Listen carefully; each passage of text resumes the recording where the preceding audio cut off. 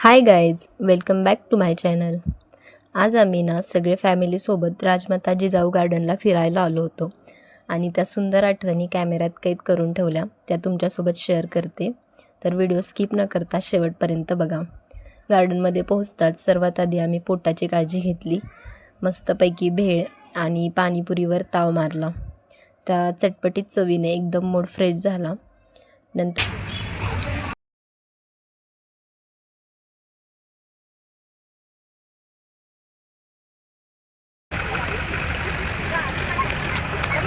हा मस्त असा गार्डनच्या बाहेरचा व्ह्यू, स्टॉल वगैरे लागले होते.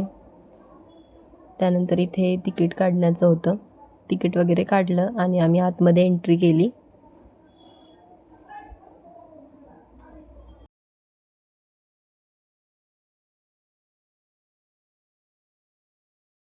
तर गार्डनमध्ये आत गेल्यावर सगळीकडे मस्त हिरवळ, शांत वातावरण आणि फ्रेश हवा, मन अगदी प्रसन्न झालं. मग सुरू झालं आमचं फोटो सेशन. प्रत्येक कोपऱ्यात आम्ही फोटो काढत होतो. कॅन्डिड पोज, रील्स सगळं काही शूट केलं. मस्त गारगार वारा, थंड पाणी होतं, निवांत बसलो, छान एन्जॉय केला. थोडा वेळ फक्त मोमेंट्स एन्जॉय केले. माझ्या गोलूने तर सगळ्यात जास्त मज्जा केली. एवढा वेळ घसरकुंडीवर खेळला, झोक्यांवर बसला. त्याला खूप आनंद झाला होता. त्याचा आनंद पाहून माझं मन भरून आलं. त्याच्या हसण्यातच खरं तर माझा पूर्ण दिवस स्पेशल झाला. आम्हीही थोडं लहान मुलांसारखं वागलो तिथे. झोक्यावर बसलो, घसरकुंडीवर खेळलो. त्या क्षणांना पुन्हा लहानपणाची फील दिली. नंतर थोड्याच वेळात परत आम्ही रील्स वगैरे शूट केला. माझी भाची आहे तिचे. प्रत्येक छोटा मोमेंट्स आम्ही कॅप्चर केला मोबाईलमध्ये, कारण तेच व्हिडिओ बघितले की परत नंतर मस्त वाटतं. छोट्यांपासून मोठ्यांपर्यंत इथे आम्ही सगळे एन्जॉय मस्त करत होतो. इथे मम्मी, मामी, वहिनी वगैरे असे बसले होते सगळे निवांत. बाहेरचा व्ह्यू पण बघा एकदम सुंदर होता. इथे माझी मामाची मुलगी आणि मी घसरकुंडी खेळतोय. खूप मज्जा येत होती खरं तर.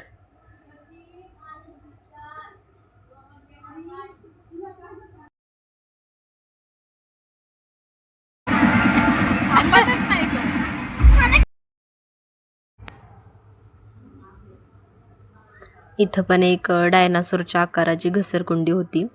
पोटातून असं पायऱ्या होत्या, तिथून आत जायचं आणि शेपटीतून घसरकुंडी होती. तिथं पण आम्ही भरपूर खेळलो. तुम्ही बघू शकता व्हिडिओमध्ये. खूप हसलो इथे तर.